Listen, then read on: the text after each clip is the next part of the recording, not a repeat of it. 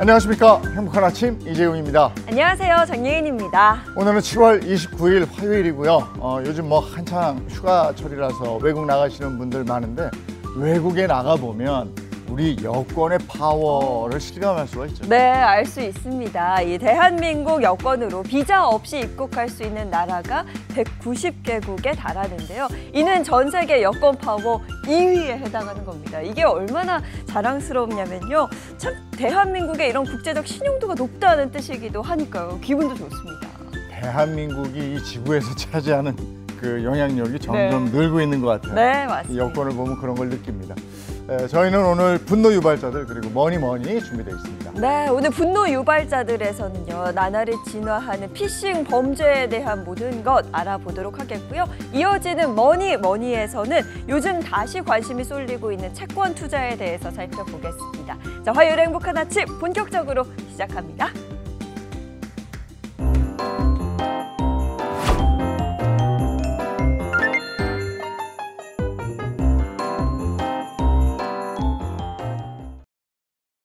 네, 화요일 아침입니다. 어떤 소식들이 들어와 있을까요? 모닝픽부터 시작하겠습니다. 손석호 평론가와 함께하죠. 어서 오세요. 안녕하세요. 네, 첫 번째 모닝픽 어떤 겁니까? 네, 첫 번째 모닝픽은 잠 못 이루는 대한민국입니다. 네, 요즘 열대야의 일상의 스트레스에 숙면하는 게 쉽지 않아서 정말 잠 못 이루는 대한민국이 딱 맞는 것 같습니다. 네, 우리 국민의 수면 시간이요.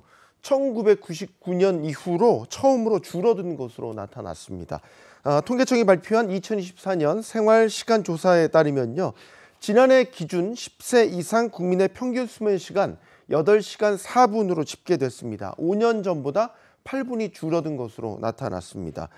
관련 조사는 1999년에 시작돼서 매 조사 때마다 수면 시간은 늘어났습니다. 그래서 2019년에는 8시간 12분까지 늘었는데 이번 조사에서 처음으로 감소세로 전환된 겁니다. 불면의 밤을 보내는 국민들의 비율도 증가한 것으로 확인됐습니다. 전 국민 중에서 잠을 못 이룬 사람의 비율은 11.9%로 5년 전인 7.3%보다 큰 폭으로 늘었고요. 이들이 잠에 들지 못하고 뒤척이는 시간은 평균 32분으로 집계됐습니다. 이 같은 결과에 통계청은 미디어 이용이나 스포츠나 레포츠 등이 증가하면서 수면 시간이 처음으로 감소했다며 모든 연령층의 수면 시간이 다 감소한 점이 특징적인 부분이라고 설명했습니다. 여가가 늘고 동영상 뭐 이런 거 보느라고 수면 시간이 줄었다 뭐 이런 얘기인 것 같은데 실제로 그렇습니까? 네, 실제로도 관련성이 있습니다. 여가 중에 미디어 이용 시간 증가가 두드러졌는데요. 미디어 이용이나 스포츠 등이 포함된 여가는 5시간 8분으로 5년 전보다 21분이 늘었고요. 그중에서 미디어 이용 시간은 5년 전보다 17분이 늘어난 2시간 43분으로 집계됐습니다. 특히 스마트폰 등 전자통신기기 사용 시간이 1시간 8분으로 5년 전보다 약 2배 증가한 것으로 나타났습니다. 더불어 일요일에는 국민 중 대다수인 93%가 책이나 방송, 동영상 같은 미디어를 이용한 여가 활동을 하는 것으로 나타났는데요. 일요일에 영상 시청을 하면서 여가를 보낸다고 응답한 사람의 비율은 45.4%로 1년 전보다 무려 24.2%포인트나 급증하는 결과가 나오기도 했습니다. 동영상 사이트 이용 같은 SNS 활동이 활발해진 영향으로 풀이됩니다. 한편 5년마다 발표되는 이번 조사는 전국 10세 이상 2만 5천여 명을 대상으로 실시됐습니다. 네, 요즘 디지털 디톡스라고 하죠. 휴대전화 없이 좀 생활을 해보려는 노력하시는 분들 많은데 저도 해봤거든요. 네. 근데 5분만 지나도 왜 이렇게 불안한지 뭔가 해야 할 것 같고 마음이 불편하더라고요. 이게 어떻게 보면 또 다른 형태의 중독이 아닐까 싶습니다. 이게 잠에도 많은 영향을 미친다고 하니까요. 좀 줄여나갈 연습해보시면 좋을 것 같아요. 네, 다음 모닝픽 전해주시죠. 네, 두 번째 모닝픽은 빨리 쓰면 5만 원 더입니다. 일단 5만 원을 더 받을 수 있다고 하니까 마음이 막 급해지는데 네. 어떤 이야기일까요? 네, 바로 이제 민생회복 소비 쿠폰에 관한 소식입니다. 행정안전부 발표에 따르면요, 민생회복 소비 쿠폰 1차 신청은 일주일 만에 전체 대상자의 78.4%인 약 3,967만 명이 소비 쿠폰을 신청했고요. 지난 7일간 지급된 지원금은 7조 1,200억 원에 달한다고 합니다. 그런데 이에 더해서 카드사들이 오는 8월 31일까지 민생회복 소비 쿠폰을 전액 소진한 국민에게 최대 5만 원까지 추가 지급하는 추첨 이벤트를 진행하는데요. 이번 이벤트는 카드사 공동으로 진행되고요. 총 25억 원의 카드사 자체 예산으로 마련된 것입니다. 그러면 이 이벤트에 참여를 하려면은 카드사에 다시 등록을 하는 건가요? 아니요. 별도로 신청할 필요는 없고요. 다음 달 31일까지 카드사를 통해서 받은 소비 쿠폰 전액을 사용하면 별도의 신청 없이 자동으로 응모가 됩니다. 당첨 인원은 총 31만 명입니다. 꽤 많죠? 10,000명에게는 5만 원이 지급되고요. 10만 명에게는 10,000원, 20만 명에게는 5,000원 상당의 추가 쿠폰이 지급되는데요. 이 추가 쿠폰 역시 기존 소비 쿠폰과 동일하게 연매출 30억 원 이하 소상공인 가맹점과 지역사랑 상품권 가맹점에서만 사용할 수 있습니다. 한편 유일체 신청이 종료되면서 이제는 출생연도 끝자리에 상관없이 소비 쿠폰 지급을 신청할 수 있는데요. 1차 소비 쿠폰 신청 기간은 9월 12일까지고요. 11월 30일까지 사용할 수 있습니다. 네, 다양한 방식으로 내수 활성화를 위한 소비를 유도하고 있는 것 같은데, 아이고 받으면 좋겠네. 네. 그리고 이것들이 소상공인들에게 실질적인 도움이 될 수 있었으면 하는 바람도 있습니다. 자, 다음 픽은요. 네, 세 번째 모닝 픽은 도 넘은 중국 예능입니다. 네, 우리의 성공한 콘텐츠에 대한 중국 예능의 표절 의혹. 사실 그동안도 뭐 이야기가 반복해서 나오고 있었는데요. 이번에는 어떤 내용일까요? 지난해 글로벌 OTT에서 공개한 국내 제작 요리 서바이벌 프로그램입니다. 선풍적인 인기를 끌었던 거 아마 뭔지 기억하실 알죠. 겁니다. 네네. 중국에서요, 이와 유사한 포맷의 프로그램이 방영되면서 현재 표절 논란이 일고 있습니다. 중국의 한 IT 기업에서 운영하는 OTT에서 제작한 예능이고요. 요리사 이 100명이 솥과 칼을 들고 격돌하는 형식으로 요리사를 흑수저와 백수저 계급으로 구분하고요. 유명 셰프 16명과 신인 셰프 84명이 경쟁하는 구조를 띱니다. 또 출연자들이 닉네임을 사용하고요. 의상 색상도 흑과 백으로 나뉩니다. 여기까지만 봐도 표절했다는 강한 의심이 들죠. 네. 이뿐만 아니라 셰프들이 무대를 내려다보는 구도라든지 세트 디자인과 조명까지 유사하다는 지적 나오고 있습니다. 문제는 글로벌 OTT 측이 해당 프로그램에 대해서 어떠한 판권도 판매한 적이 없다는 것인데요. 이 같은 논란에 현재 내부적으로는 유사성 여부를 검토 중이라고 밝혔습니다. 아니 지금 나오는 화면만 봐도 그냥 똑같네요. 그대로 네. 베꼈다 싶은데 여기에다 무슨 왜곡까지 일어나고 있다고요? 네, 그렇습니다. 이 누리꾼들 제보에 의하면요, 프로그램 내에서 이 김치를 담그는 장면이 나오는데 김치를 파오차이로 버젓이 소개하고 있다는 겁니다. 이 파오차이는 중국 스촨성 지방의 채소 절임 음식입니다. 한국의 김치와는 전혀 다른 음식이죠. 이와 관련해서 이 성경덕 성신여대 교수는 지난 몇 년간 중국이 이 김치가 자국에서 유래했다는 김치 공정을 대놓고 펼치고 있다면서 중국 언론이나 SNS를 넘어서 이제는 OTT까지 활용해서 김치를 왜곡하고 있다고 지적했습니다. 네, 뭐 김치 한복에 이어서 이제는 부채춤까지도 중국의 것이라고 그야말로 우기고 있습니다. 뭐 그냥 지켜본 때는 지난 것 같고요. 국가적인 차원의 대책 마련 필요하고 또 국민들의 인식 개선도 중요하지 않나 싶습니다. 다음 모닝픽 전해주시죠. 네, 네 번째 모닝 픽은 강아지도 입학 시험입니다. 이제는 아주 하다가 이게 진짜 입학시험 치른다는 거예요? 강아지가 설마요. 멍멍이 강아지 얘기하시는 거예요? 네, 저도 그래서 다시 봤는데요. 입학 시험 치르는 거 맞더라고요. 바로 이 강아지 유치원 얘기가 되겠습니다. 반려견을 키우는 가구원들이 이제 늘어나면서 반려견이 뭐 이제는 가족의 일원으로 여겨지기도 하죠. 뭐 그렇다 보니까 보호자들은 집에 혼자 남을 반려견을 걱정해서 유치원을 선택하곤 하는데 이 유치원 보내는 일이 만만치 않다는 겁니다. 최근 반려견 유치원에서 입학 시험이 실제 치러지고 있는데 원만한 사회성 또 정서적 안정성을 입증해야 유치원에 입학할 수 있다는 겁니다. 저희 강아지 딱 떨어질 것 같은데요. 아니 그럼 어떤 항목들로 시험을 보는 거죠? 네, 이 유치원에 따라서 입학 시험 과목도 다양하다고 해요. 일단 공격성이나 분리불안 유무를 확인하는 절차는 기본이고요. 간식을 놓고 기다릴 수 있는 인내심, 또 다른 강아지와 무리 없이 섞일 수 있는 사회성 등을 확인한다고 합니다. 서울 강남의 한 반려견 유치원의 경우에는 입학시험을요, 총 4개 분야 10개 항목으로 구성해서 100점 만점에 60점 이상을 받지 못하면 입학이 불가하다고 합니다. 이 같은 상황에 반려견을 데리고 입학시험을 치른 한 견주는요, 간식을 두고 기다리라고 했는데 우리 강아지는 2초 기다려서 탈락을 했고요. 다른 집 반려견은 10초 기다려서 합격하더다라는 일화를 전하기도 했습니다. 누리꾼들은 스카이캐슬이 아니라 스카이캐슬이다. 명문 유치원이 아니라 먹문 유치원이다. 이런 반응을 보이기도 했습니다. 야, 이거 재밌네요. 스카이 게슬이라는 말이 정말 나올만 하다 싶은데 근데 이렇게까지 엄격하게 입학시험을 치르는 이유는 대체 뭘까요? 네, 이렇게 엄격하게 입학시험을 치르는 이유를 살펴보면요. 먼저 최근에 이 개물림 사고가 잇따르면서 시설 내의 안전사고 우려가 커졌기 때문이고요. 또 한 가지는 이 반려동물을 하나의 가족 구성원으로 여기는 인식 변화도 반영됐습니다. 지난해 4월부터 5월 사이 서울시와 한국소비자원이 최근 2년간 이 반려견 유치원을 이용한 경험이 있는 소비자 300명을 조사한 결과 이들이 한 달 평균 지불한 금액이요 25만 4,800원이었습니다.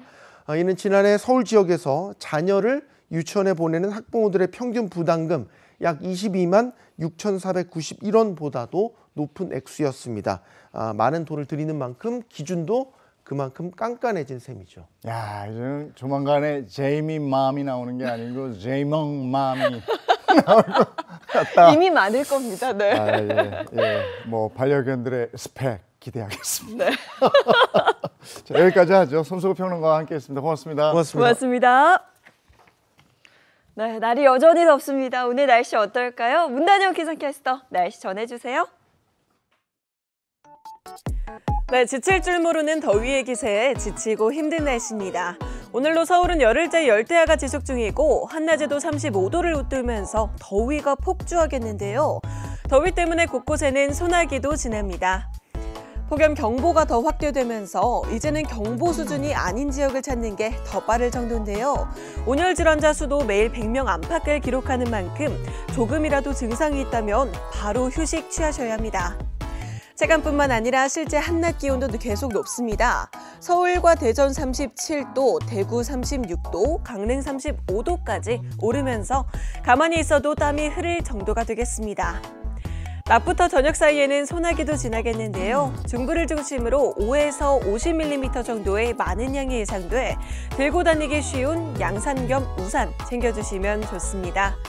이번 주 내내 뚜렷한 비 소식 없이 강렬한 햇볕과 함께하겠고요. 35도를 웃도는 기온도 계속 이어집니다. 요즘 같은 휴가철에 해안가 방문하는 분들 많으시죠? 당분간 제주 해안과 남해안에 강한 너울이 밀려와 해수욕장 방문하시는 분들은 특히 주의하셔야겠습니다. 지금까지 날씨 전해드렸습니다.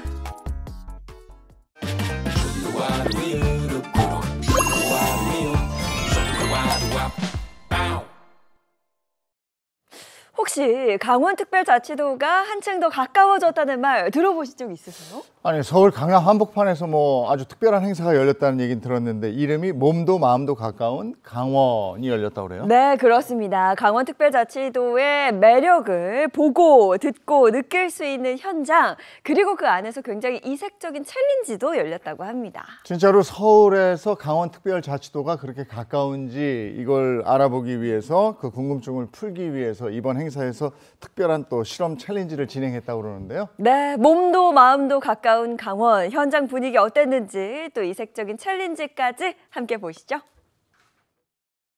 강원특별자치도를 더 가까이 만나기 위해 모인 사람들로 가득한 이곳 행사장. 오늘 행사의 마스코트도 눈에 띄는데요. 안녕하세요. 저는 지금 서울 강남 코엑스에 나와 있습니다. 오늘 이곳에서는 아주 특별한 행사가 열릴 예정이라고 하는데요. 이름하여 몸도 마음도 가까운 강원. 이 강원특별자치도가 서울에서 단 1시간대로 접근이 가능하다는 의미에서 강원특별자치도는 코앞이라는 메시지를 전달하고 또 강원의 감성과 매력을 직접 보고 듣고 느끼는 시간을 가져보려고 하는데요. 그 본격적으로 행사를 즐기기 전에 저희가 이 시민분들의 강원특별자치도에 대한 인식을 좀 조사하기 위해서 직접 판넬을 준비했습니다. 강원특별자치도는 생각보다 가까울까요, 멀까요? 제가 직접 이제 거리에 나서서 사람들에게 한번 의견을 물어보도록 하겠습니다. 일단 저는 멀다에 한 표 던졌는데요. 판넬 앞에서 고민하고 신중하게 투표하는 시민들. 과연 어떻게 생각하고 있을까요? 지리상으로 좀 멀게 느껴지긴 하죠. 뭐 서울처럼 지하철로 이동할 수 있는 곳은 아니어서 좀 거리가 있다고 생각은 하는 것 같아요. 이제는 가까운 것 같아요. 이제는 옛날 어릴 때면 몰라도 먼 것 같아요. 그렇게 막 먼 것 같진 않아요. 갈만은 하고. What do you think? Do you think it's like closer? or far? Close. 가깝다 느껴지네요. 지금 투표 초반인데도 생각보다 의견이 팽팽하게 갈리고 있습니다. 그래서 과연 강원특별자치도에서 서울까지 어느 정도 걸리는지 직접 실험 챌린지를 한번 진행해 보려고 하는데요. 바로 누가 먼저 도착할까 챌린지입니다. 저희 챌린저들이 강원특별자치도 춘천, 원주, 그리고 인천, 송도, 경기도 화성에서 동시에 출발을 합니다. 대중교통을 이용해 이곳 삼성역까지 온다고 하네요. 지금부터 챌린지에 참가할 실험맨들을 소개하겠습니다. 강원특별자치도의 거리감을 정면 돌파할 네 팀의 챌린저들을 소개합니다. 먼저 강원특별자치도 춘천팀, 강원대학교 홍보대사 여학생 2분, 안녕하세요. 오늘의 실험맨 조석환입니다. 오늘 저희는 강원사랑은 우리가 접수했다. 원주팀의 강원도청 공무원 3분, 여유 그리고 자신감 풀충전. 어떤 노래 듣고 계세요? 챌린지 1등은 바로 나! 화성팀의 강원도청 공무원. 이 대결에서 얼굴은 중요하지 않습니다. 마지막 송도팀의 열정 가득한 시크릿 챌린저까지. 이렇게 각 4곳에서 오후 1시에 동시 출발합니다.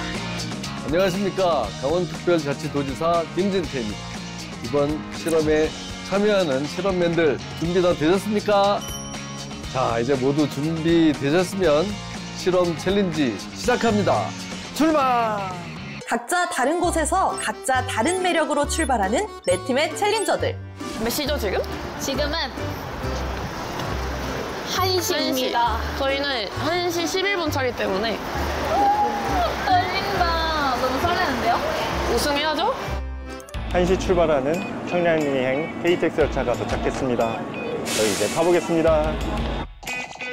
전 저기 5분 남은 거 탈 거예요. 세 팀 모두 분주한 가운데 마지막 화성팀은 과연? 이렇게 여유로울 수가 있나요? 저 여유로움에 전 화성팀에 한 표 걸어보겠습니다. 너무 빨리 가는 거 아닌가요? 우리가 1등 할 것 같아요. 이제 네 팀 모두 출발 완료. 출발지는 다르지만 목적지는 하나. 혹시 점심 드셨나요? 아직 안 먹었어요. 배고프죠? 제가 그럴 줄 알고 뭐지? 물고기처럼 이게 그 춘천에서 그렇게 핫하다는 감자빵? 진짜 감자 같아. 갓 깨웠습니다. 고소한 냄새가 나고요. 치즈? 약간 뭔가 우유 맛도 살짝 느껴지잖아. 추천. 진짜 추천. 귀여운 강원도 목베개 가져왔어요. 그럼 목베개를 왜 가져왔어? 서울까지 가는데 편하게 자면서 가려고 가져왔어요. 잘 만큼 멀지가 않은데? 그런가요? 괜히 가져온 것 같은데? 귀여운 강원도의 굿즈를 챙겨왔습니다. 이걸 왜 가져왔어요? 강원 방문의 해를 맞아서 승객들에게 나눠줘 보려고. 아니 근데 인서가 진짜 가방을 많이 들고 와요. 일단은 시집 사진을 찍어야 돼서 자외선이 또 팀하다고 하더라고요. 이거 춘천 거 아니에요? 맞아요. 저희 이동 중에 퀴즈 타임을 한번 할까 하는데요. 준비되셨나요? 준비됐습니다. 네, 그럼 서울에서 춘천 GTX B가 생기면 얼마나 걸릴까요? 조금 가까셔야 될 것 같은데. 50분? 맞아요. 51분 걸립니다. 다음은 강릉에서 서울까지 KTX로 가면 얼마나 걸릴까요? 1시간 반. 맞았어.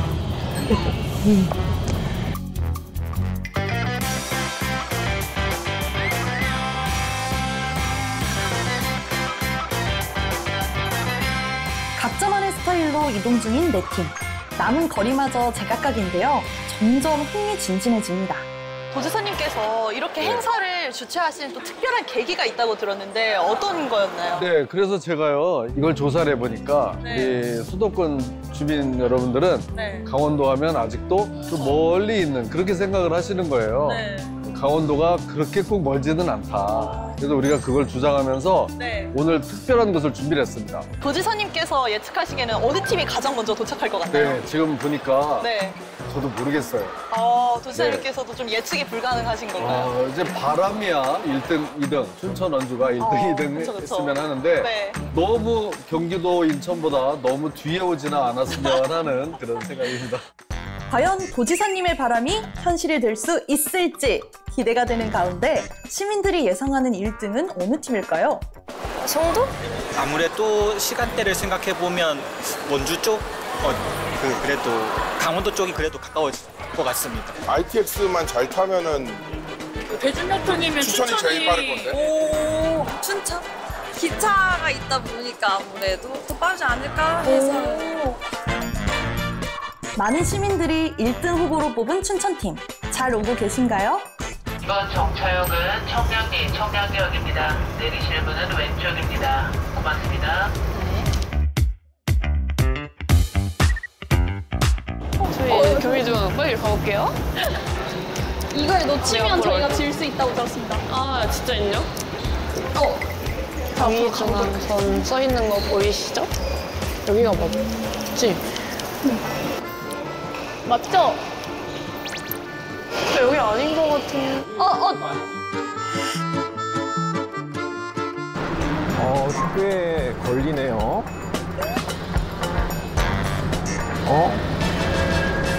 이쪽이 아닌 것 같아요.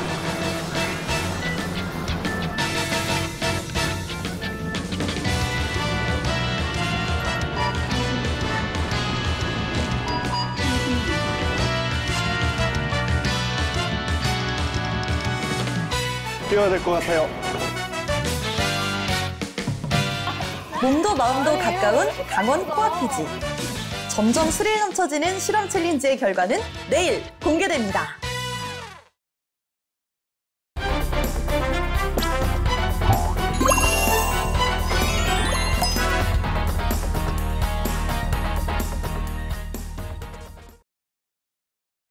참을 수 없는 순간들 대신 분노해 드리겠습니다. 속 터지는 현실을 파헤쳐보는 분노 유발자들. 오늘도 신인선 씨 그리고 김미경 변호사와 함께합니다. 어서 오세요. 안녕하십니까. 자, 알고도 당한다. 피싱 범죄가 날이 갈수록 교묘해지고 있습니다. 이번 달 22일 경찰청 발표에 따르면 스미싱, 투자 리딩방 사기, 또 로맨스 스캠 등 이른바 5대 피싱 범죄로 인한 피해액이 올 상반기에만 굉장히 놀랐습니다. 1조 312억 원에 달한다고 합니다.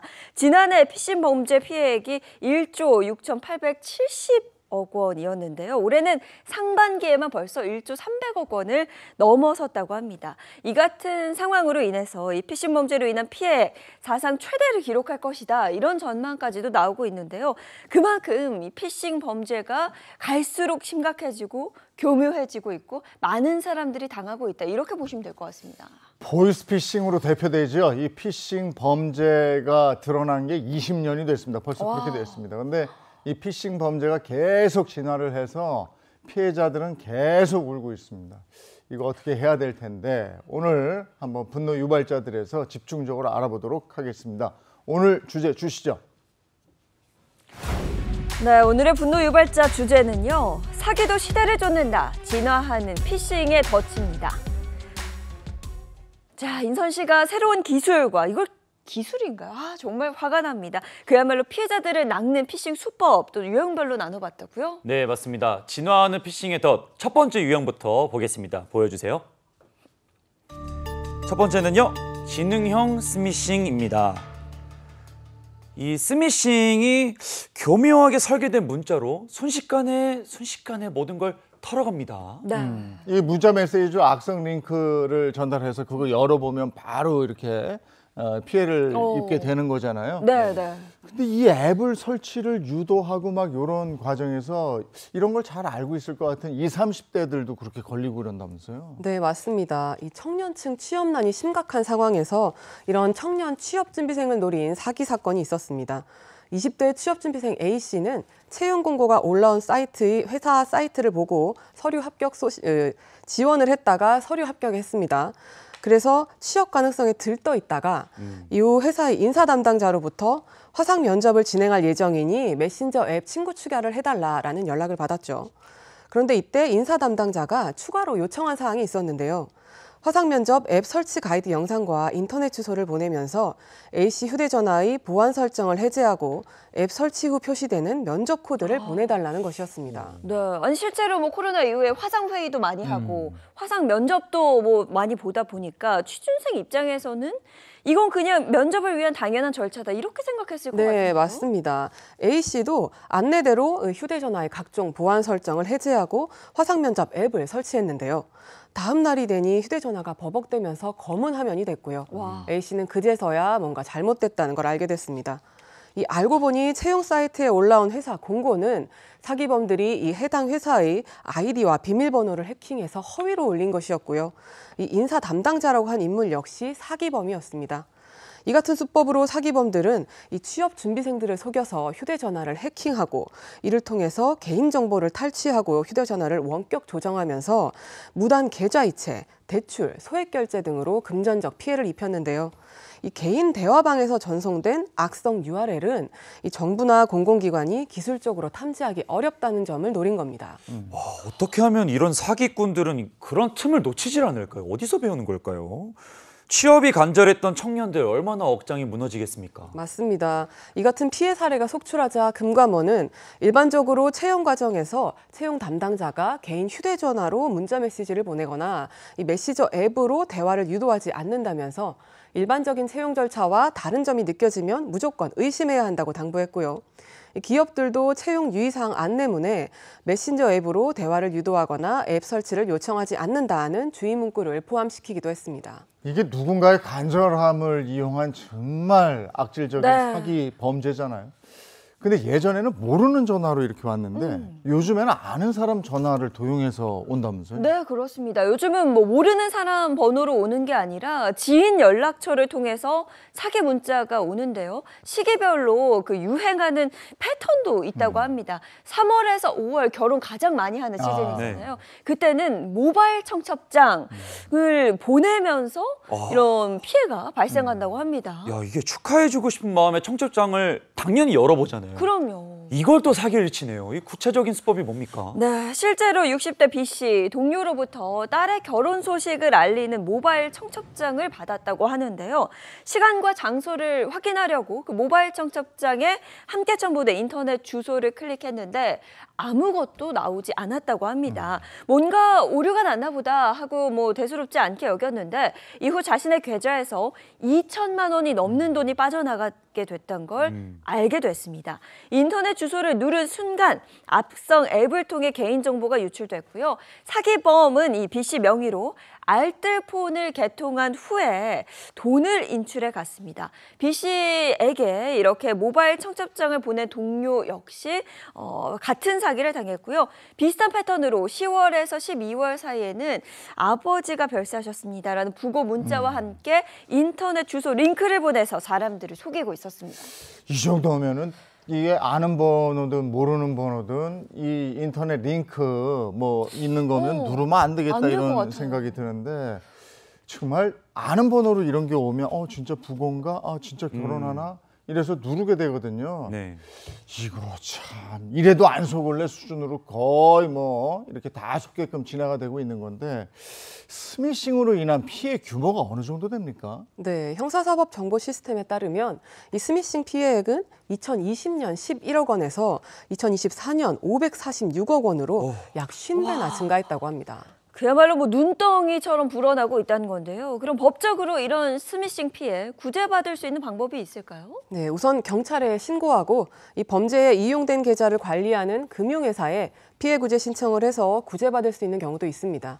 그렇지만 이 범죄 이용 계좌에 잔액이 남아있지 않은 경우라면 피해 금액을 돌려받기 어려울 수 있습니다. 범죄 이용 계좌에 잔액이 없으면 사실상 방법이 없다는 건데 피해자들이 얼마나 억울하겠습니까? 그런데 정작 사기에 가담한 이들은 호의호식하고 있다고 하더라고요. 네, 사기범들이 수백억 원의 돈을 챙기고 호화 생활을 하고 있는 모습 영상으로 확인해 보시죠. 한강이 내려다 보이는 고급 아파트에 경찰이 들어서는데요. 금고 안에는 3억 원에 이르는 현금 다발이 나오고 주차장에는 최고급 스포츠카가 세워져 있습니다. 경찰이 들어선 이곳, 피싱 조직의 의뢰를 받아 피해자를 낚는 미끼용 문자 발송을 담당한 사기범이 사는 곳입니다. 관련해가지고 조건서가 누렸어요? 자, 이들은 국외 발신, 국제 발신이란 말머리를 담아서 카드가 발급됐다거나 결제가 됐다는 내용으로 피싱 조직에 연결되게 하는 전화번호나 인터넷 접속 주소를 보내왔는데요. 한 건당 최대 20원씩을 받고 대신 보내준 이 문자 메시지 무려 28억 통, 이걸로 챙긴 돈이 390억 원에 달합니다. 나를 왜 잡아가죠? 이제 굉장히 그런 불법성에 대해 인식이 좀 없더라고요. 내가 직접 보이스피싱을 하는 것도 아니고 마약을 파는 것도 아닌데 뭐 문자 좀 보냈다고 뭐.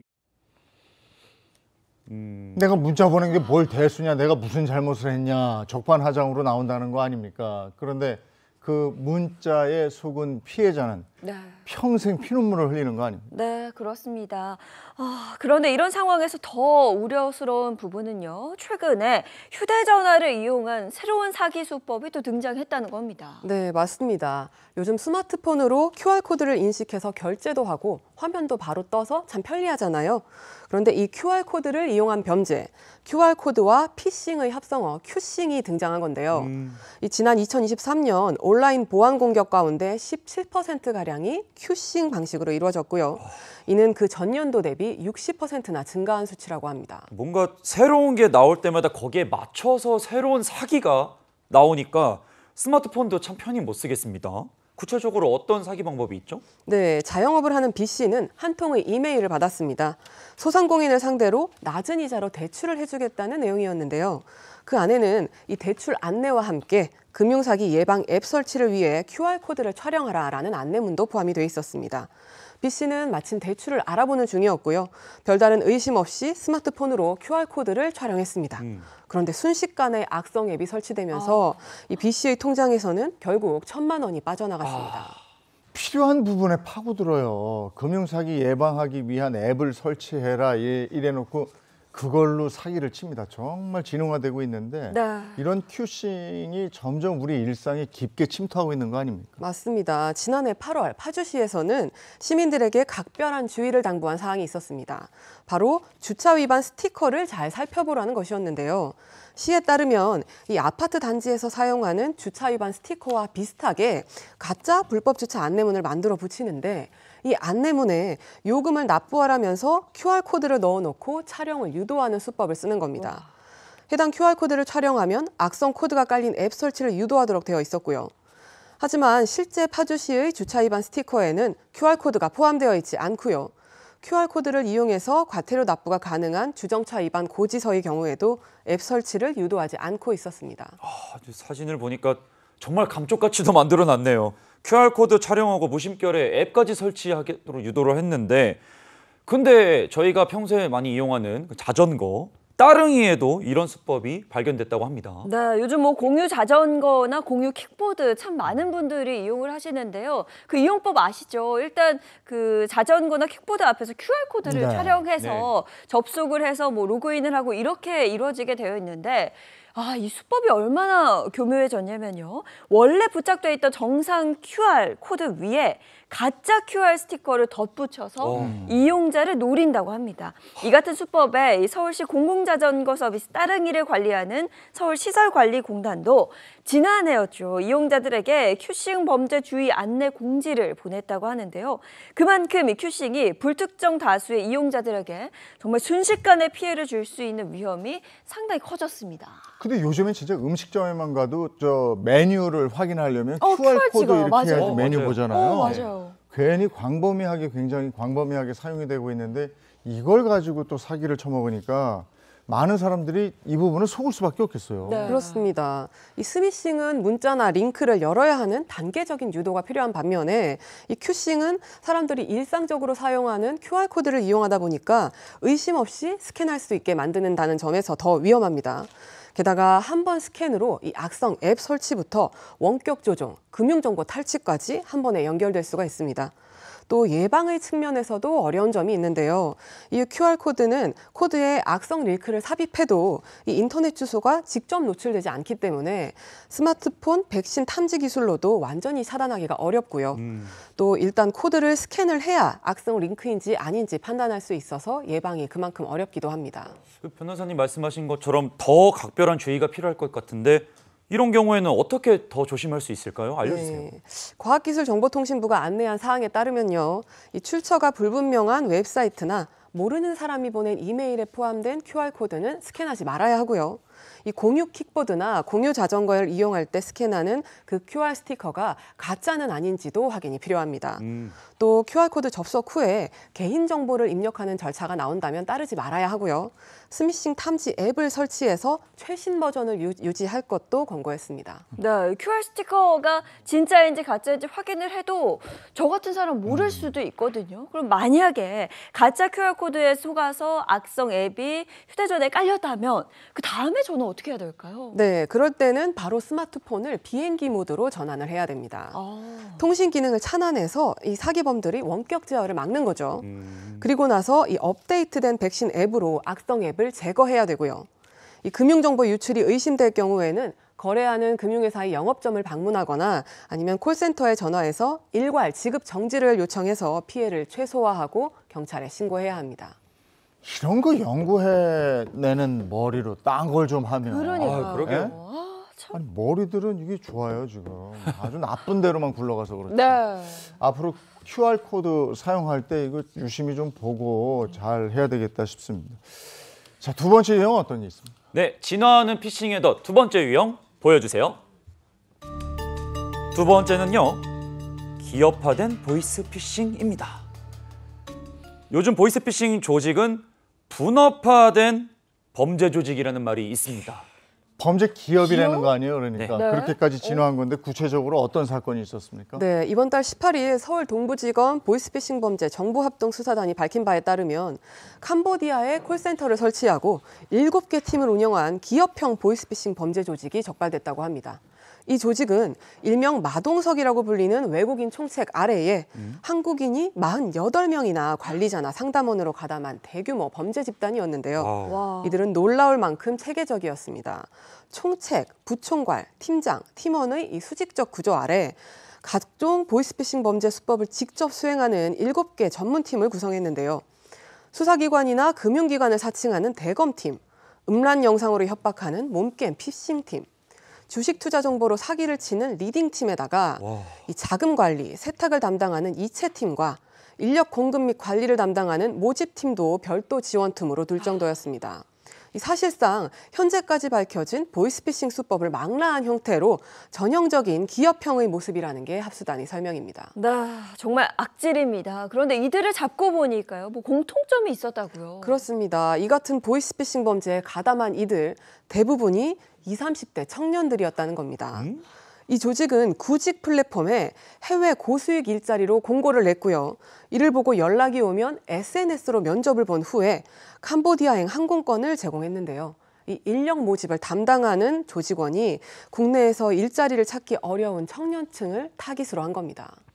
그렇다면 이 범죄 조직, 악질 이분들 한 명도 빠짐없이 싹 다 잡아들여야 되지 않겠습니까? 잡아야죠. 네. 이 현재 합수단은 조직원 18명을 범죄단체 가입 및 활동의 혐의로 구속하고 이 중 16명을 재판에 넘겼다고 밝혔는데요. 외국인 총책과 한국인 부총괄 등 나머지 조직원들도 추적하는 중입니다. 네.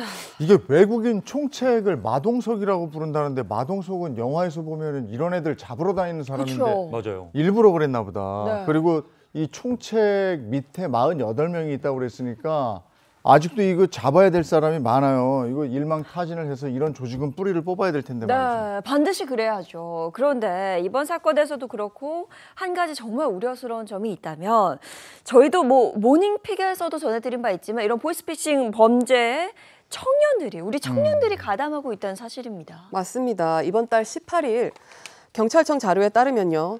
올해 상반기 검거된 보이스피싱 피의자 15,286명 중에서 53.7%가 30대 이하 청년입니다. 이들 대부분은 구인구직 플랫폼이나 SNS를 통해서 보이스피싱 범죄에 발을 들이게 됐다는데요. 고수익 아르바이트를 빙자해 범죄에 가담할 직원들을 모집하는 글들이 구인구직 사이트에 올라오는데 해당 내용을 살펴보면 중국, 베트남, 태국, 캄보디아 등지에서 숙소를 제공하며 월 1,000만 원 이상 벌 수 있다는 내용들이 질비합니다. 이런 청년들이 구인구직을 보고 난 진짜 몰랐다, 취업 사기다라고 오히려 반대로 주장을 해버리면 처벌이 좀 가벼워져 버리나요? 그렇지는 않습니다. 요즘 보이스피싱 조직들은 충성도 있는 인력을 선별하기 위해서 처음 모집 단계에서부터 보이스피싱 조직이라는 사실을 알리는 경우가 많은데요. 이렇게 보이스피싱임을 알고 가담했다면 대부분 전기통신 금융사기 피해 방지 및 피해금 환급에 관한 특별법의 전기통신 금융사기죄로 처벌이 되고요. 몰랐다고 주장하더라도 여러 정황 사실에 비추어서 몰랐다는 주장을 신뢰할 수 없는 경우에는 알고 가담한 경우와 동일하게 처벌될 수 있습니다. 만약에 전혀 모르고 가담하게 됐다면 범죄가 성립하지 않지만 처음에 모르고 시작을 했더라도 진행 과정에서는 범죄에 관련된 행위임을 알 수밖에 없기 때문에 그렇죠. 무죄가 인정되거나 처벌이 가벼워지기는 어렵습니다. 요즘에 보이스피싱 조직들은 또 이 자금 세탁 같은 것도 기가 막히게 해낸다면서요? 그렇습니다. 이 자금 세탁에 코인이 이용되는 경우가 많은데요. 관련해서 이번 달 24일 대구경찰청은 보이스피싱 피해금 44억 원을 가상자산으로 세탁해 해외로 보낸 조직원 28명을 검거했다고 밝혔습니다. 피싱 피해금이 계좌에 입금되자마자 이 코인으로 환전돼 해외 거래소로 전송되는 걸 경찰이 포착한 건데요. 이들은 범행 전부터 이 계좌 명의자들에게 가상자산 거래소 계정, 전자지갑 개설을 지시하고 이 자금 흐름, 전송 방식까지 아주 상세하게 이제 실전 교육을 하는 치밀함을 보이기도 했는데요. 이 계좌 명의자들은 피해금의 2% 정도를 수당으로 받았고요. 대부분 자신의 계좌가 보이스피싱 범죄에 이용된다는 것을 알고 있었습니다. 만약에 저는 뭐 별로 안 했어요. 그냥 명의만 잠깐 빌려준 건데 라고 이야기를 한다 하더라도 이게 범죄에 가담하는 거니까요. 이거 제대로 된 처벌이 좀 필요할 것 같은데요. 맞습니다. 이 빌려준 자신의 명의가 보이스피싱 범죄에 이용된다는 것을 알았다면 이 보이스피싱 범죄의 공범으로 처벌이 될 거고요. 만약에 그 사실을 전혀 몰랐다고 하더라도 이 돈을 받고 계좌를 빌려주는 것만으로도 전자금융거래법 위반죄에 해당해서 5년 이하의 징역 또는 3천만 원 이하의 벌금에 처해질 수 있습니다. 나 이거 하나 더 속상한 게 이런 검은 돈들이 가상자산 화폐로 움직인다잖아요. 네. 근데 이게 또 막 그냥 올라버렸잖아요. 그렇죠. 그러면 이자들은 이 나쁜 짓 해서 번 돈으로 거기다 넣어놓고 그걸 또 불렸잖아요. 그렇죠. 네. 아, 속상합니다. 그리고 가담한 분들 어떤 범죄든지 범죄에 가담이 됐으면 처벌을 받는 거예요. 근데 그건 무서워서 신고 안 하고 더 깊이 가면 나중에 헤어나올 수 없습니다. 그건 아셔야 돼요. 자, 세 번째 유형은요? 네, 세 번째 유형, 진화하는 피싱의 덫. 세 번째 유형 보여주세요. 세 번째는요, 사라지지 않는 기관 사칭입니다. 야, 이거 공공기관 사칭하는 거는 고전인데 20년 전 처음 시작할 때부터 이게 있었어요. 뭐 검찰 사칭하고 뭐 경찰 사칭하고 세무서 사칭하고 막 이랬는데 최근에 어떤 사기까지 있습니까? 네, 이번에는 이 수사기관을 사칭한 보이스피싱으로 인해 피해자가 스스로를 모텔에 감금한 사건인데요. 먼저 영상으로 확인해 보겠습니다. 지난 5월 여자친구가 수사관이라는 사람과 통화하더니 모텔에 들어가서 나오지 않고 있다는 신고를 받고 경찰이 출동했습니다. 어쩐 일인지 이 여성은 계속 휴대전화만 보고 있었는데요. 핸드폰 좀 저희가 확인해 봐도 될까요? 뭐 경찰관 사칭하는 사람하고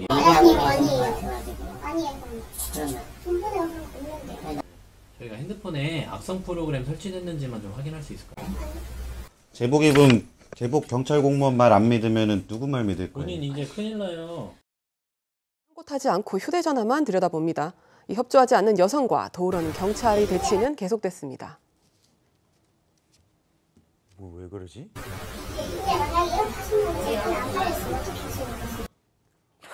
보이스피싱으로 무슨 얘기를 들었길래 눈앞에 있는 경찰을 믿지 못하는 그러니까요. 네, 20대인 이 피해자는 서울중앙지방검찰청 검사를 사칭한 보이스피싱범들이 연락과 가짜 수사 서류를 받고서 겁에 질려서 시키는 대로 따르고 있었던 겁니다. 이 보이스피싱범들은 피해자에게 당신 계좌가 특수사기에 연루됐다면서 가짜 검찰 서류를 보냈고요. 혼자 있을 수 있는 곳에 가서 대기를 해라. 지시에 따르지 않으면 바로 구속하겠다라고 겁박했습니다.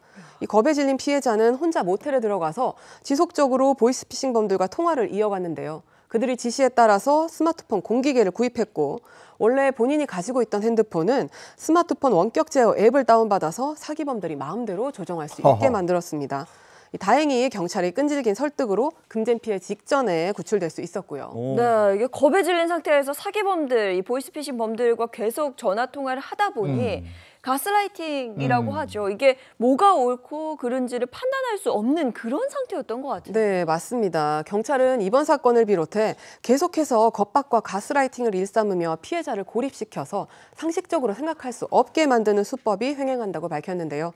이 수사기관을 사칭하거나 조금이라도 의심되는 내용의 연락을 받은 경우에는 바로 112에 신고하거나 가까운 경찰서를 찾아서 도움을 요청할 것을 당부했습니다. 야, 가스라이팅 수법까지 동원을 해서 이성을 마비시키는 거잖아요. 네. 그냥 완전히 믿어버리게 하고 진짜들의 말을 못 믿는 단계까지 가버렸어요.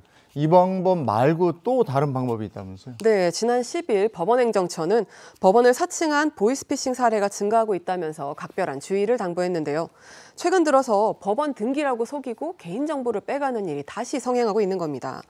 구체적 수법을 살펴보면 오후 2시쯤에 법원 등기 받을 수 있습니까? 라는 연락을 해서 실제 주소를 확인한 뒤에 곧바로 앱 설치 유도 문자를 보내거나 아니면 법원 등기를 안 받으면 불이익이 생기니 확인하라라는 문자와 함께 링크를 보내는 겁니다. 그래서 악성 앱을 설치하게 하거나 개인정보를 입력하게 만들고 있습니다. 이 같은 수법의 법원은 법원 등기 우편물에는 전화번호가 기재되지 않는다고 하면서 집배원이 법원 등기 관련해서 전화나 문자 메시지로 연락하는 경우도 없다고 밝혔습니다. 제가 며칠 전에 이 전화 똑같이 받았거든요. 근데 그냥 다짜고짜 법원 등기를 받을 수 있냐라고 물어보는 게 아니라 장예인 씨 되시죠? 라고 제 이름을 제 번호로 턱 말을 하더라고요. 그래서 저도 깜빡하면 속을 뻔했는데 이거 정말 조심하시고 기억해 주셨다가 꼭 당하지 않게 주의하셔야겠습니다.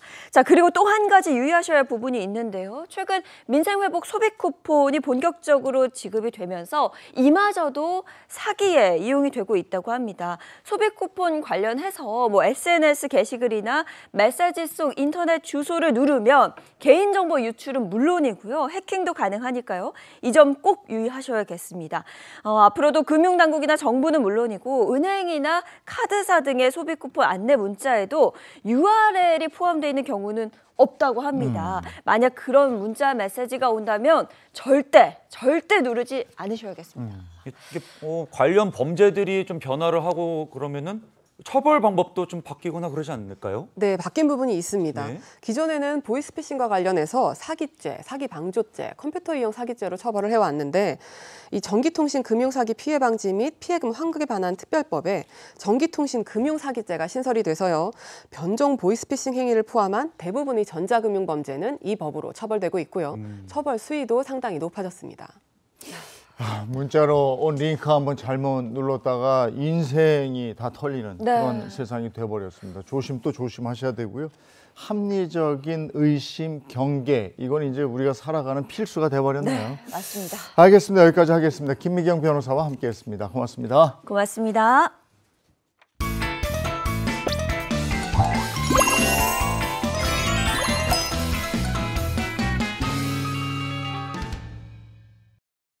네, 행복한 아침 함께하고 계신 지금 시각이 8시 19분을 향해 가고 있습니다. 이번엔 돈 얘기하겠습니다. 뭐니 시간입니다. 네, 예적금 금리가 하락하면서 많은 분들이 내 돈을 어디에 넣고 굴려야 하나 이런 고민하고 계실 텐데요. 좀 관심을 가져볼 만한 게 올해 상반기 증권 결제 대금에서 채권 결제 대금이 지난해 동기 대비 16% 이상 늘었다고 합니다. 네, 이게 서학개미들도 채권으로 오고 있다 이런 얘기도 들리고요. 네. 채권의 매력은 뭘까요? 뭐니 오늘 채권에 대해서 알아보도록 하겠습니다. 오늘 김현우 소장과 함께하죠. 어서 오세요. 네, 안녕하세요. 네, 안녕하세요. 반갑습니다. 네, 반갑습니다. 소장님, 채권이 뭡니까? 다짜고짜. 네, 간단하게 말해서 차용증입니다. 우리가 개인 간의 돈을 빌릴 때도 뭐 돈을 언제 갚겠다, 이자는 얼마 주겠다 이런 거 쓰잖아요. 기업이나 뭐 국가, 뭐 공공기관 이런 곳들도 돈이 필요할 때가 있는데 어느 정도의 만기를 정해놓고 연 몇 %의 이자를 주겠습니다라고 하는 일종의 차용증, 이 채권을 발행을 합니다. 나라에서 발행하게 되면 그게 이제 국채라고 불리고요. 뭐 지방에서 지방자치단체가 발행하면 지방채, 그리고 기업이 발행하면 회사채, 채권을 이렇게 나눠볼 수가 있습니다. 네, 일단 채권이 뭔지는 알았고요. 그러면 본격적으로 채권에 대한 궁금증도 확인해 보도록 하겠습니다. 톡방 열어주세요. 어이, 신혜선. 잘 살고 있냐? 아니, 무슨 일로 연락을 다 했냐? 어허, 어디 누나한테 반말?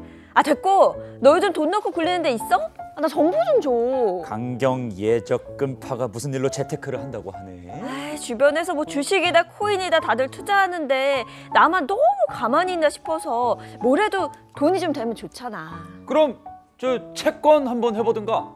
채권? 아, 그 나라에서 돈 빌려가고 어쩌고 그거?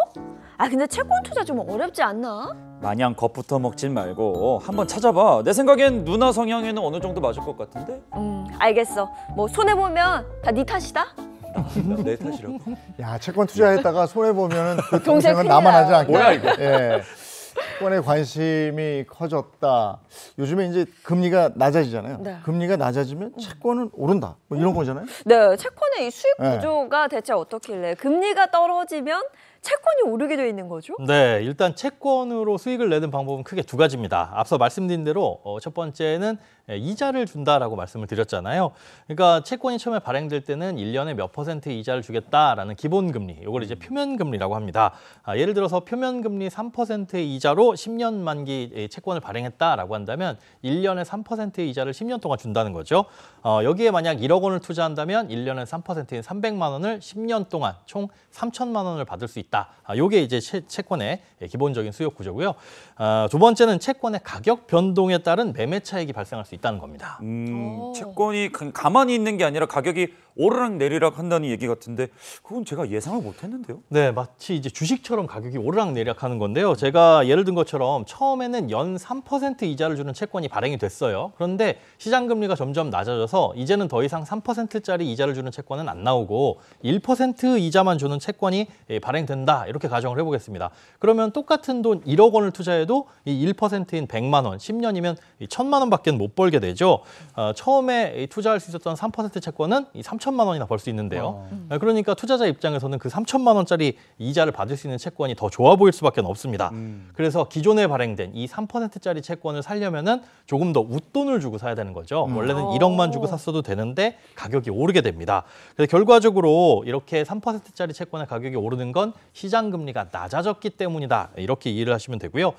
시장 금리가 높아지게 되면 반대로 채권 가격은 떨어지게 돼 있습니다. 아, 그러니까 금리가 내려가면 예전 고금리 채권이 더 귀해지니까 그렇습니다. 가격이 오르고 그걸로 돈을 벌 수 있다는 거네요? 맞습니다. 하지만 이때도 이제 유의를 하셔야 될 게 그 가격이 얼마나 오르고 내리느냐, 이거는 만기가 얼마나 남았느냐에 따라 달라지는 거거든요. 그러니까 만기가 길수록 가격 변동은 더 커집니다. 그래서 내가 이 채권을 가지고 만기까지 들고 가면서 이자를 받아서 수익을 낼 것인지 아니면 중간에 팔아서 이 매매 차익을 거둘 것인지 이런 것들을 먼저 판단을 하셔야 되고, 그럴 때는 이제 시장 금리가 어떻게 움직일 것인지에 대한 것도 고민을 해봐야 되겠죠.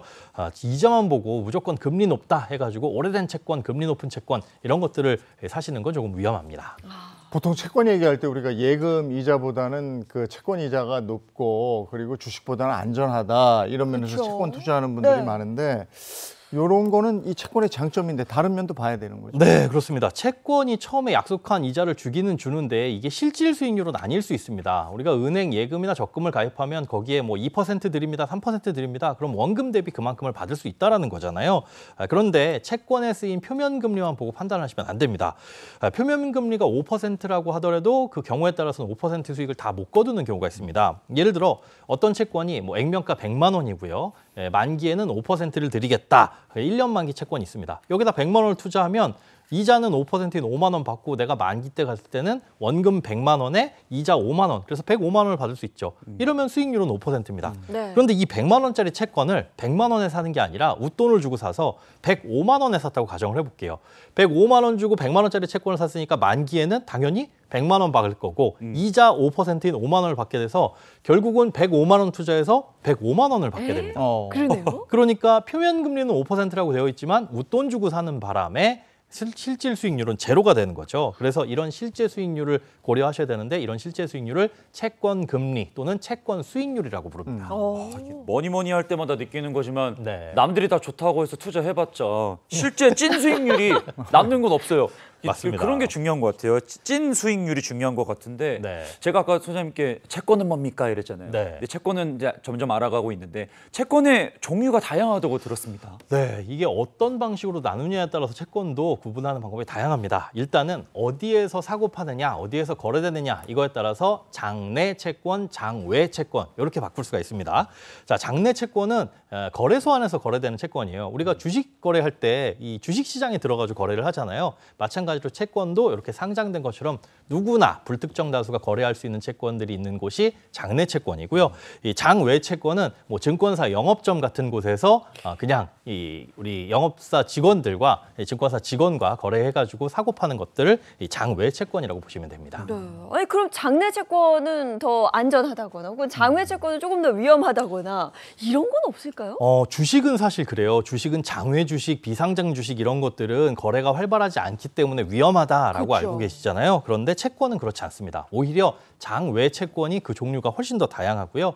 사실상 증권사 직원들이 고객님 좋은 채권 나왔습니다. 요거 한번 투자해 보세요라고 권하는 채권들은 대부분이 장외 채권입니다. 채권 투자 상품들도 지금 말씀하신 것처럼 다양한데 네. 어떤 방식으로 어떻게 투자를 해야 돼요? 일단 채권은 직접 투자와 간접 투자 이렇게 나눠볼 수가 있습니다. 직접 투자는 주식처럼 내가 이 채권을 실제로 사고 판다. 장내 채권이든 장외 채권이든 직접 사고 판다. 이런 채권들을 이제 직접 투자 방식이라고 보면 될 것 같고요. 이거는 우리가 스마트폰 앱으로 뭐 MTS를 통해서 거래를 하거나 아니면 PC를 통해서 거래를 할 수도 있고 뭐 전화도 가능합니다. 자, 간접 투자 같은 경우에는 채권과 관련된 금융 상품에다가 투자를 하는 거거든요. 대표적으로 ETF와 펀드가 있습니다.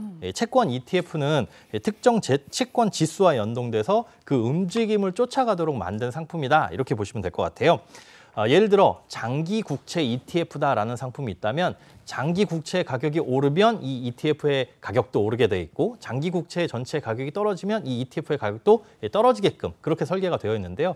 이 ETF라는 녀석은 주식시장에서 주식처럼 사고 팔 수 있도록 되어 있어서 소액으로 쉽게 거래를 할 수 있다는 장점이 있습니다. 또 채권형 펀드라는 것도 있는데요. ETF하고 비슷한 구조긴 합니다. 차이점은 ETF는 주식시장에서 사고 팔 수 있지만 이 채권형 ETF 같은 경우에는 은행이나 증권사에서 가입을 하는 구조로 되어 있습니다. 이 채권형 펀드는 여러 사람의 돈을 모아서 그 돈으로 채권을 크게 대량 사고 판다. 즉 채권의 공동 구매하는 방식이다라고 보시면 될 것 같네요. 채권 ETF가 투자하기 편리해서 많이 하시는 것 같은데 네. 그 안에서도 또 종류가 많이 있다 하더라고요. 그렇습니다. 네, 이게 뭐 단기냐, 장기냐, 국채냐, 회사채냐 머리가 슬슬 아파오기 시작하는데요. 소장님, 네. 이 기준을 좀 어떻게 잡으면 좋을까요? 네, 일단은 단기냐, 장기냐 이건 만기 기준입니다. 만기가 짧게 남았으면 단기고 길게 남았으면 장기라고 보는데 그럼 어느 정도가 짧고 어느 정도가 긴 거야? 보통 이제 3년 이내의 3년 이내의 채권을 단기채라고 부르고 그 이상 가거나 한 뭐 10년물 이 정도 되면 장기채라고 부릅니다. 단기 채권 ETF 같은 경우에는 이 시장 금리 변화나 이런 것들에 그렇게 크게 민감하지가 않아서 가격 변동이 크지 않아요. 그래서 단기간에 1년이나 뭐 3년 이내에 내가 투자할 돈인데 이거는 그냥 만기까지 보유할 거야. 이자만 조금 받을래. 이런 목적으로 투자를 하신다라고 한다면 단기 채권에 투자를 하시는 게 낫고 앞으로 시장 금리가 좀 낮아질 것 같은데 채권을 중간에 팔아서 시세 차익 좀 크게 걷어볼까? 이런 분들은 만기가 긴 채권에 투자하시는 게 적합하겠죠. 그다음에 이제 신용도 기준으로도 나눠봐야 되는데요. 신용도가 높으면 높을수록 금리는 낮을 수밖에 없습니다. 예를 들어 국가가 1억 원을 빌려주세요라고 하는 것과 제가 김현우가 1억 원을 빌려주세요 하는 것은 위험도가 아예 다르잖아요. 네, 아예 다르죠. 그렇죠. 예. 국가는 안전하니까 이자를 적게 줘도 되고 제가 돈을 빌리려면 이자를 많이 줘야 될 겁니다. 마찬가지로 뭐 국가나 기업의 신용도에 따라서 금리가 달라지는데요. 이 회사채 ETF 같은 경우는 기업의 신용도에 따라서 그 이자율이 진짜 천차만별입니다. 그래서 이자의 중점을 두고 투자한다라고 한다면 상대적으로 국가보다는 신용도가 낮은 기업들의 채권에 투자를 하시는 게 바람직하겠죠. 투자자 본인이 얼마나 수익을 가져갈 건지 그다음에 이게 안전한 건지 네. 이런 본인의 성향 유무에 따라서 판단 잘 하셔야 되겠고 거기에 맞는 ETF도 선택을 하셔야 되겠어요. 네, 뭐 저희가 늘 강조하지만 내 투자 성향에 따라서 아주 신중한 접근이 필요할 것 같고요. 자, 채권 투자에 대한 또 다른 궁금증도 톡방 열어서 확인해 보겠습니다. 열어주세요. 어이, 신희선. 또 무슨 일이야? 뭘 귀찮게 하려고? 나 채권 투자 시작했다. 오! 드디어 투자의 세계로 입성하셨군. 채권 투자 되게 편하던데? 그냥 가만히 두면 되는 거 아님? 뭔 소리야? 가만히 두면 저절로 돈이 막 된다고 그래? 아니 그냥 만기 때까지 버티면 무조건 이익 아니야? 이 사람이 진짜 평소 하던 대로 대충 보고 시작했구만. 아니야, 나 국채 샀어, 국채. 그럼 된 거잖아. 그게 제일 안전하다고 하던데? 나도 국채가 안전하다는 소리를 듣기는 했는데 그게 100% 안전한 건가? 에휴, 너도 잘 모르지? 티났어. 여튼 돈 잃고 징징대지 말고 관리 좀 잘해. 자, 일단 누나가 국채를 사긴 샀는데 네. 한 가지 확실한 건 둘 다 몰라. 맞아요. 네, 사긴 샀는데 채권에 대해서 몰라요. 잘 몰라요. 네. 그래서 그러니까. 이참에 한번 제대로 알아보도록 하겠습니다. 채권 투자에 대해서 헷갈리는 부분들, 잘못 알려진 내용들 한번 점검해 보려고 하는데요. 채권 투자 오해와 진실, 첫 번째 궁금증 보여주시죠. 자, 채권은 무조건 안전하다? 근데 이거 뭐 예전부터 듣던 주식보다 채권 하는 게 더 안전하다고 하니까 네. 금리는 좀 낮지만 이거 맞다 아닙니까? 자, 우리가 시험 문제를 풀 때도 우리 선생님들이 옛날에 그랬잖아요. 보기 안에 무조건이라는 말이 들어가면 요거는 한번 의심해라. 맞아요. 무조건. X. 박상철인데. 네, 사실 말씀하신 대로 채권이 주식보다 변동성이 적어서 안전하다라는 말들이 있기는 하지만 그렇다고 무조건 안전하다고 볼 수는 없어요. 이 채권도 발행한 기간에 따라서 부도의 위험도 있고 그리고 가격 변동의 위험성도 조금 전에 있다고 말씀을 드렸잖아요. 중간에 가격이 떨어졌을 때 팔면은 원금 손실의 위험도 반드시 발생을 합니다. 간혹 채권은 원금이 보장된다 이렇게 잘못 알고 계시는 경우들도 있는데 요거는 사실이 아닙니다. 투자에는 채권 투자도 반드시 리스크가 있다는 걸 명심하셔야 되겠습니다. 네, 인선이 누나 정신이 바짝 드는데요. 자, 그러면 채권 투자에 관한 오해와 진실 두 번째 궁금증도 확인해 보겠습니다. 자, 두 번째 궁금증입니다. 국채는 만기까지 들고 있으면 무조건 이익이다? 무조건 이거 또 나왔는데 이제 알겠어. 무조건을 넣었어. 무조건 이것도 정답은 X입니다. 국채를 만기까지 들고 있으면 채권을 매수한 시점에서 계산되는 수익을 그대로 가져갈 수 있어요. 그러니까 내가 100만 원짜리 채권 3% 이자를 주는 채권을 10년 만기 채권을 투자를 했다. 그러면 매년 3% 이자인 3만 원을 끝까지 받을 수 있다. 그래서 수익률은 변동이 없습니다. 그러니까 만기가 몇 년이든 거기에 정해져 있는 대로 딱 받아가지고 수익률을 계산을 할 수가 있겠죠. 그러니까 만기까지 가져가면 3% 이자 따박따박 받을 수 있으니까 이득 아니야? 라고 볼 수 있는데 다만 이 채권을 산 지 1년 만에 시장 금리가 뚝 떨어져가지고 이제 시장 금리가 3%에서 1%로 낮아졌다. 이러면 내 채권은 고금리 채권이니까 가격이 올라가겠죠. 그래서 이 100만 원짜리 채권이 110만 원이 됐다고 가정을 해볼게요. 만약에 1년 만에 이 채권을 팔게 되면 100만 원 주고 산 채권을 110만 원에 팔았으니까 10만 원의 차익이 생겼고요. 그다음에 1년 동안 보유를 했으니까 1년치 이자인 3만 원이 또 들어왔겠죠. 그래서 13만 원. 나는 100만 원 투자했는데 13%의 수익을 거뒀습니다.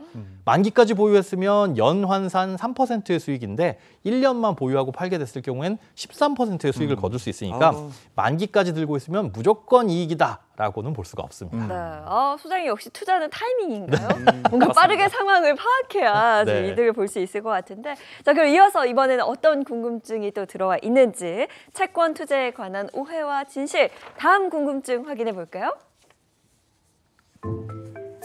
자, 시장 금리만 보면 채권 투자 타이밍을 알 수 있다? 입니다. 여긴 무조건이 없네요. 예, 요건 없습니다. 박상철 선배님이 안 계시는데. 뭐 있잖아. 시장 금리만. 네. 그런 건가? 만은 아니고. 채권 투자 타이밍은 모르겠고 정답 타이밍인 것 같습니다. 네. 알려주세요. 자, 요것도 X라고 X. 해요. 시장 금리를 보면이라고 한다면 어느 정도 O라고 할 수 있을 텐데 시장 금리만 보면 채권 투자 타이밍을 알 수 있다. 사실은 금리의 방향을 보고 채권 투자를 할지 말지 결정은 되게 중요한 부분이긴 한데요. 그렇다고 해서 금리만 보고 이 투자 타이밍을 결정하는 건 상당히 위험합니다. 금리가 앞으로 낮아질 것 같다 그러면 채권 가격은 오를 테니까 만기가 긴 채권을 지금 사면 가격이 오른다 이런 기대를 할 수가 있겠죠. 그런데 문제는 어느 타이밍에 얼마만큼 금리가 낮아지게 될지 이런 것들은 아무도 알 수가 없다는 겁니다. 그렇죠. 또 금리가 오를 것 같은 상황이 되면 만기가 긴 채권에 투자했다가는 반대로 손해가 발생할 수 있는 거잖아요. 이럴 때는 채권 투자를 또 피해야 되는 그런 타이밍이 될 수도 있는 거고요. 네, 그러니까 오히려 너무 시장 금리에만 집착하다 보면 손해를 볼 수 있겠네요. 그렇습니다. 시장 금리를 사실 예측한다는 게 얼마나 어려운 일인 건지는 우리가 한번 겪어봤죠. 2023년 즈음부터 야 앞으로는 시장 금리가 좀 낮아질 것 같아 그런 기대감이 굉장히 컸었거든요. 실제로 올해 한 4월, 5월까지는 금리가 쭉 떨어지기도 했었고요. 그런데 갑자기 미국 트럼프 대통령이 뭐 관세 정책을 발표하고 미국 자국민한테는 세금을 줄이고 우리는 더 많은 혜택을 베풀겠다 이런 이 정책이 발표가 되면서 그러면 미국이 채권을 많이 발행하겠네? 그럼 금리 올라가는 거 아니야? 이런 것 때문에 실제로 시장 금리는 더 올라갔거든요. 그래서 채권 금리가 낮아질 것 같다라고 생각해서 투자하신 분들은 여기서 손해를 볼 수도 있었습니다. 그러니까 채권 투자한 타이밍을 이 금리에만 의존하는 건 사실상 굉장히 위험하다고 볼 수 있습니다. 그런데 소장님 네. 요즘 그 기사를 찾아보면 네. 뭐 브라질 채권이 뜬다, 그렇죠. 북미 채권이 뜬다 뭐 이런 말들이 있거든요. 네. 이거는 어떻게 생각하세요? 참고는 하셔야 되는데 그렇게 뉴스 신문에 뭔가 뜬다. 부자들이 이런 거에 많이 투자한다라고 한다면 일단 한 번은 의심부터 하고 가셔야 됩니다. 그게 사실이 아니라서 의심을 하는 게 아니라 이미 다 투자를 하고 끝물일 수도 있거든요. 신흥국 채권 투자가 뜬다 이러면서 그쪽으로 관심이 이제 몰릴 수도 있는데요. 이것들은 사실 그 채권을 판매하는 증권사들이 내놓은 보도자료일 수도 있어요.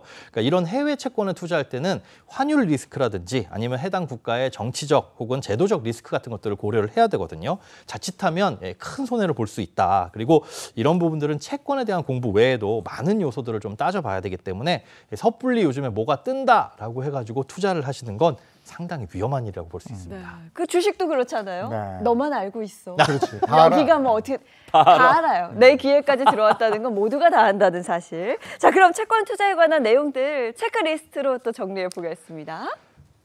네, 채권의 수익 구조는 크게 두 가지로 볼 수 있습니다. 이자를 꾸준히 받는 방식도 있고요. 중간에 매도해서 시세 차익을 얻는 방식도 있습니다. 채권을 끝까지 보유하면서 이자를 받을지 아니면 중간에 팔아서 수익을 거둘지 이거에 따라서 수익이 달라지는데 투자 전에 이 전략을 먼저 정하셔야 되고요. 채권에 투자하는 방법도 다양합니다. ETF나 펀드처럼 간접 투자도 할 수 있고 장외 채권이나 장내 채권을 직접 거래하는 방법도 있습니다. 많은 분들이 채권은 무조건 원금 보장된다, 안전하다 이렇게 오해를 하시는데 중간에 가격이 떨어졌을 때 팔게 되면 원금 손실도 생길 수 있고 또 부도가 나면 원금을 아예 못 받을 수도 있습니다. 또 마지막으로 시장 금리와 채권 가격은 굉장히 밀접한 관계가 있지만 그렇다고 해서 금리만 보고 투자 타이밍을 단정 짓는 건 위험하다 이렇게 기억해 두셔야 되겠습니다. 네. 이 외에도 채권 투자하시려는 분한테 현실적인 조언을 좀 해주신다면요? 네, 일단 많은 분들이 투자를 생각하면서 안전한 투자를 찾는 분들이 많아요. 이거는 뜨거운 아이스 아메리카노 같은 거거든요. 안전한 투자라는 건 세상에 없습니다. 채권이라고 해서 무조건 안전하다, 안정적이다 이렇게 생각하시면 큰 손해를 볼 수가 있고요. 신용도가 높은 기업에 투자하면 안전할 수도 있지만 그 신용도는 언제든 바뀔 수 있습니다. 그렇다라는 거 반드시 명심을 해두시고 또 많은 분들이 모실 수 있는데 채권 같은 경우에는 그 시장 규모가 주식 시장보다 훨씬 더 큽니다. 국내 채권 규모가 채권 시장 규모가 2,850조 원 정도 되는데 상장 주식은 2,300조 원 되니까 채권이 훨씬 더 많고 복잡하고 다양하다. 그러니까 공부를 더 많이 해야 된다. 이렇게 생각을 하시고 접근을 하시는 게 좋을 것 같습니다. 네, 오늘은 채권에 대해서 알아봤습니다. 김현우 소장님 고맙습니다. 네, 고맙습니다. 고맙습니다. 네, 날씨 알아볼까요? 문나는 기상캐스터 날씨 전해주세요. 네, 이 정도면 사람도 읽지 않을까 싶을 정도로 폭염이 폭주하고 있습니다. 지난 밤에도 열대야를 보이면서 서울은 열흘째 이어졌고요. 오늘 오후에도 전국이 체감 35도를 웃도는 폭염인데요. 현재 기온도 벌써부터 29.7도를 보이고 있습니다. 폭염 경보가 더 확대되면서 이제는 경보가 아닌 지역을 찾는 게 더 빠를 정도인데요. 온열 질환자 수도 매일 100명 안팎을 기록하고 있어서 조금이라도 증상이 나타난다면 바로 휴식 취해 주시기 바랍니다. 체감뿐만 아니라 실제 한낮 기온도 높습니다. 서울과 대전이 37도, 대구 36도, 광주가 35도까지 오르면서 가만히 있어도 땀이 흐를 정도입니다. 낮부터 저녁 사이에는 소나기도 지나겠는데요. 중부를 중심으로 5에서 50mm 정도의 많은 양이 예상돼 우산을 겸할 수 있는 양산 챙겨주시면 좋습니다. 이번 주 내내 뚜렷한 비 소식 없이 강렬한 햇빛이 함께하겠고요. 35도를 웃도는 기온도 계속 이어집니다. 요즘 같은 휴가철에 해안가 방문하시는 분들 많으시죠? 당분간 제주 해안과 남해안에는 강한 너울이 밀려오겠습니다. 해수욕장 방문하시는 분들은 주의하시기 바랍니다. 지금까지 날씨 전해드렸습니다. 이제는 더위가 일상이 됐어요. 네. 얼마나 더우면 그 많던 모기들도 요즘엔 잘 안 보여요. 그러니까요. 이 더위가 주 후반까지도 이어진다고 하니까요. 건강 상하지 않도록 조심하셔야겠습니다. 좋은 하루 보내시고요. 저희는 내일 아침 7시 30분에 돌아올게요. 행복한 아침, 행복한 하루 되십시오. 고맙습니다. 고맙습니다.